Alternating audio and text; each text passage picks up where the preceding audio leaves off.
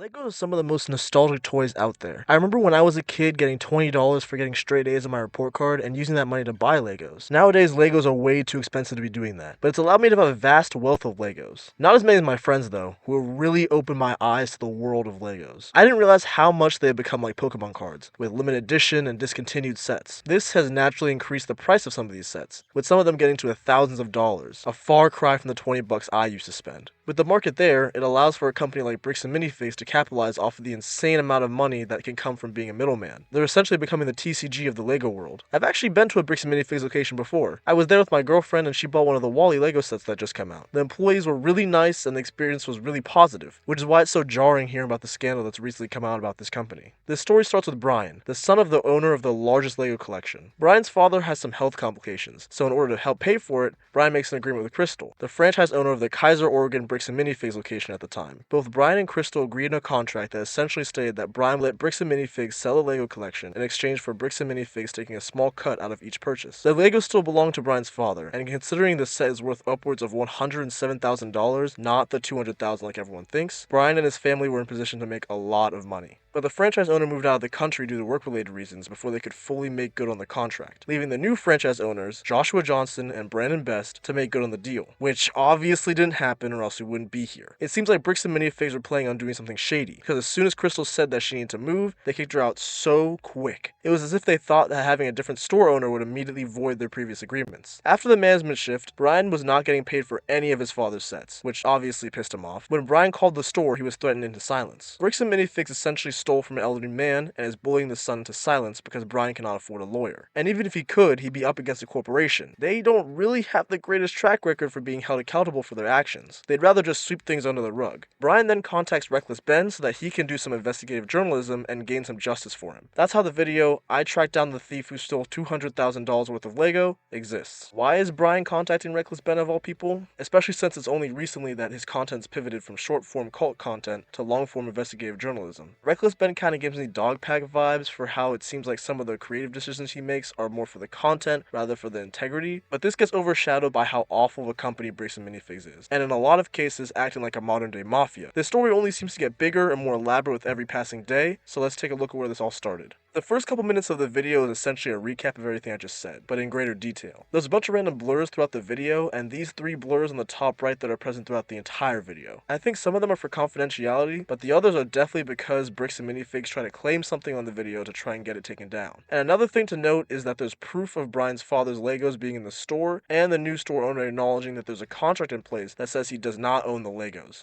These are ones that he has not been paid his percentage yet.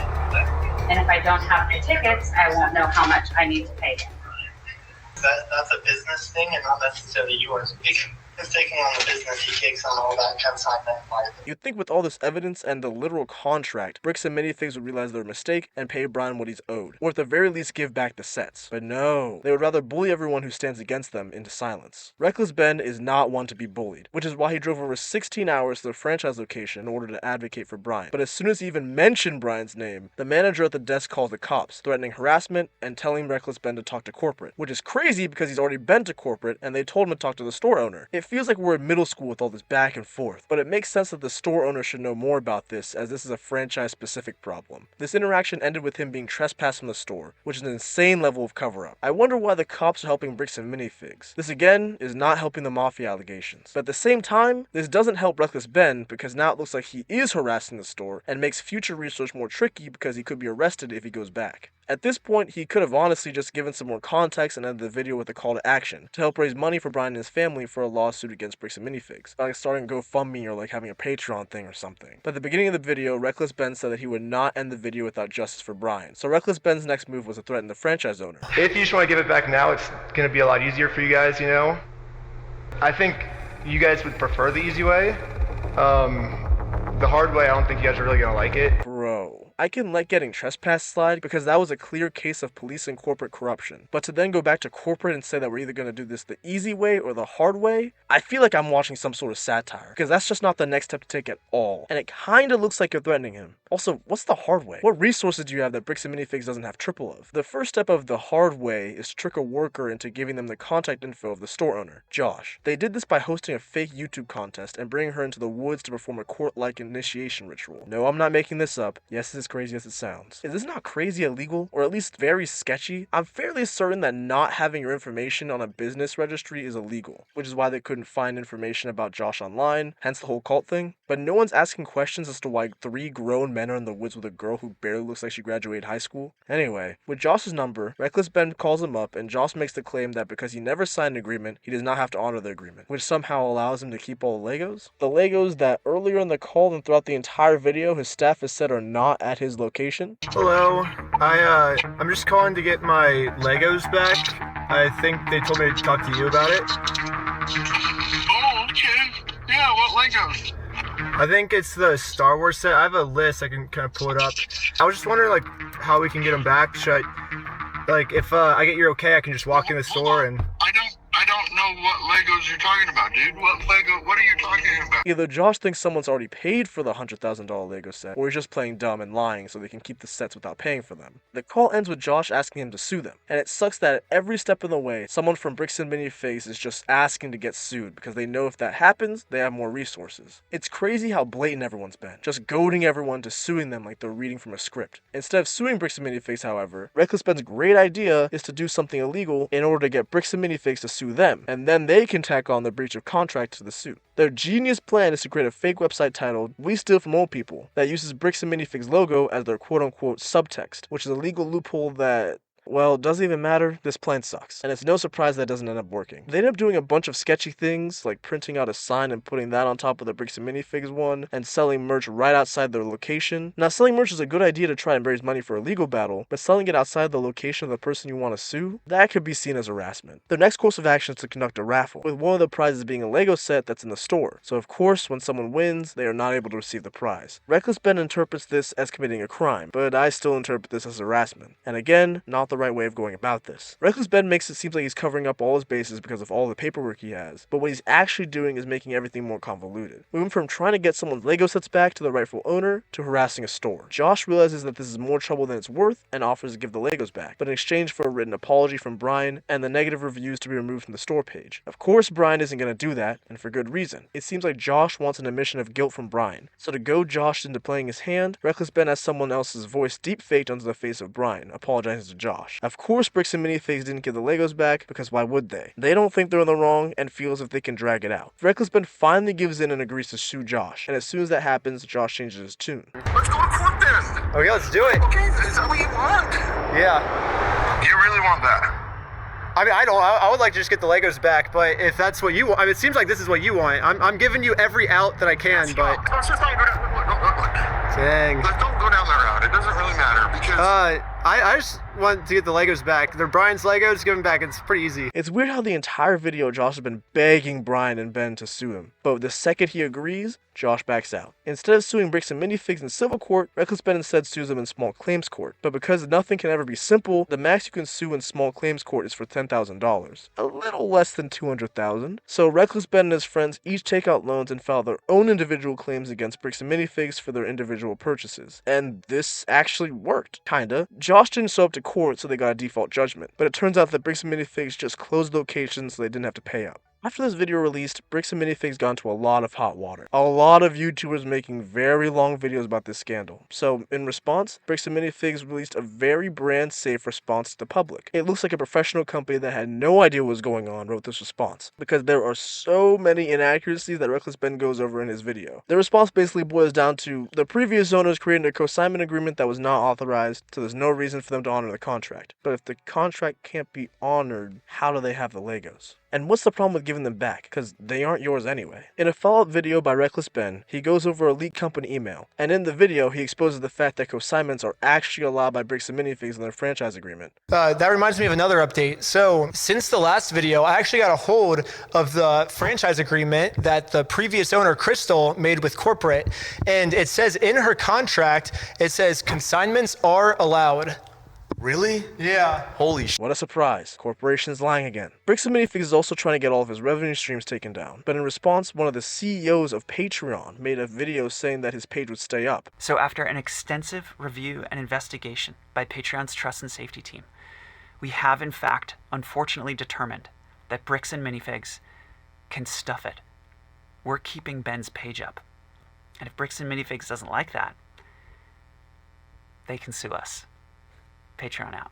That to me was the most unexpected part of the story. When you have a CEO of a major company take the time out of their busy day to make a response video, even if it's only a minute long, you know you messed up. Going back to the main videos in this series, part 2 is titled, I Got Arrested Because of Legos. Within the first couple minutes, there's already a police encounter, as Reckless Ben tries to make a good faith attempt at reconciling with Josh, so he pulls up to his house. When will enough be enough? I feel like at this point he's just doing too much. He's recording Josh outside of his house while he's on a phone call, but before he even gets the chance to get out of the car, the police start following him, then pull him over for failing to stop at a stop sign, which he didn't even do. The entire interaction is suspicious, especially considering the cop starts the conversation with, how's Utah? The cops have an agenda and they were executing it. Reckless Ben tried to do the same thing with Brandon, but it ended up being one of the most awkward interactions I've ever seen and led to the second police interaction of the video. Hello.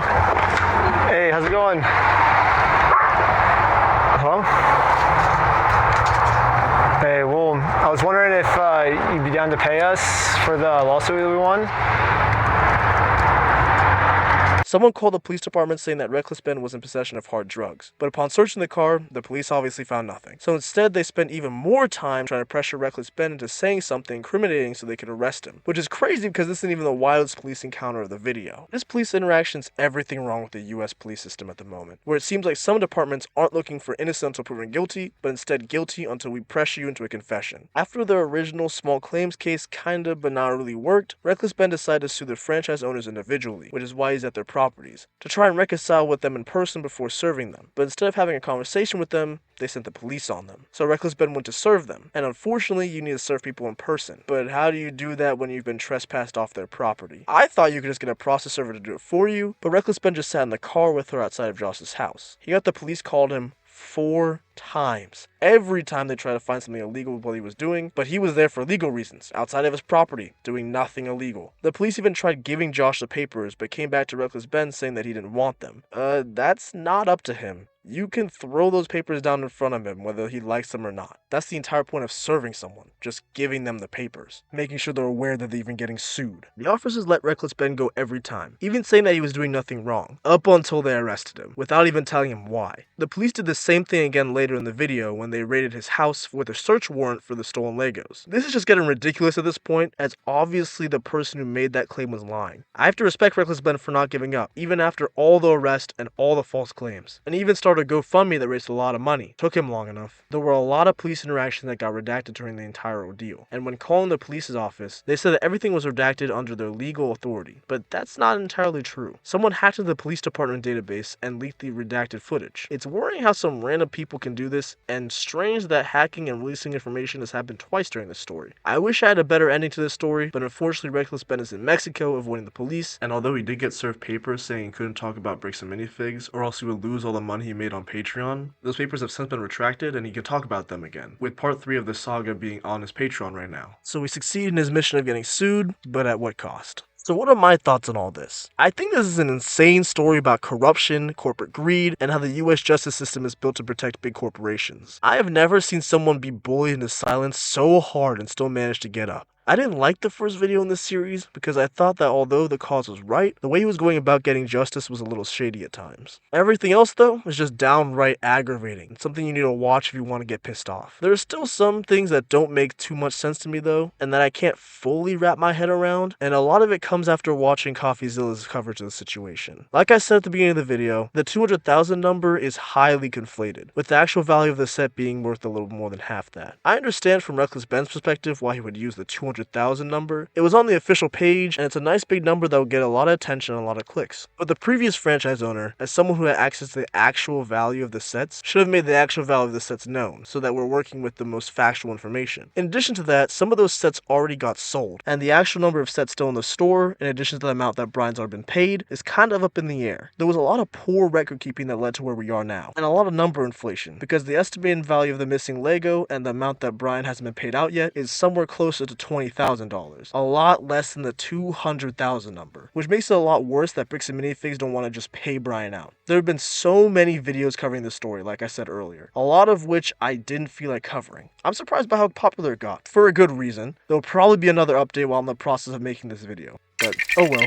I apologize for the mic quality in this part. Of course, part 3 came out as soon as I finished recording and editing this video, so now I have to talk about it. It starts with a recap of the previous 2 parts before going to the reason this video was delayed, the court case. It looks like Reckless Ben is representing himself in court, which is never a good idea. I think he has this grandiose idea that because he has all this evidence against Bricks and Minifigs, he should be winning this case, but he should learn from Carl Jobst in his case against Billy Mitchell. Sometimes court isn't about who has the most evidence, but about who has the most money. This video is just an evidence trove of the lies Bricks and Minifigs have told throughout this entire saga in order to try to get Reckless Ben arrested. Whenever anyone from Bricks and Minifigs calls the police, they exaggerate what Reckless Ben has done, like saying that he threatened to set the place on fire. They themselves say, hey, you guys stole this product from this person, if you don't give it back, I'm going to burn the place down. Or we're going to burn the place down. Or I'll kill you. Or lying about trying to help Reckless Ben recover Legos on national television. So you've offered Brian the inventory of sets that was in the store. Yeah, whatever was left over, we've offered that on multiple occasions. And then, you know, like if there was anything that had been done that was untoward by the previous franchisee, if that individual had sold more than they let on and did not pay Mr. Mansell, we've offered to compensate him for the loss of the compensation that should have been given to him. So we've tried to make multiple offers, and hopefully we'll be able to get them to the table so we can discuss it. Reckless Ben is lucky that we live in an era where we can record everything on video and everything's on security cameras so they can prove the claims Bricks and Minifigs are making against him are inaccurate. Bricks and Minifigs can just lie to the police department, they'll be believed, and the police will go out of their way to help them convict Reckless Ben. It's unfortunate that the court system works so slowly, because I would like to see this concluded and Brian get paid out for his Legos, but I have a bad feeling that Bricks and Minifigs will face zero consequences. If you want to hear more lies from Bricks and Minifigs, I didn't feel like going in depth on this part 3, I recommend you watch the full video that's up on his page right now. Hopefully nothing new happens again in the process of making this updated part.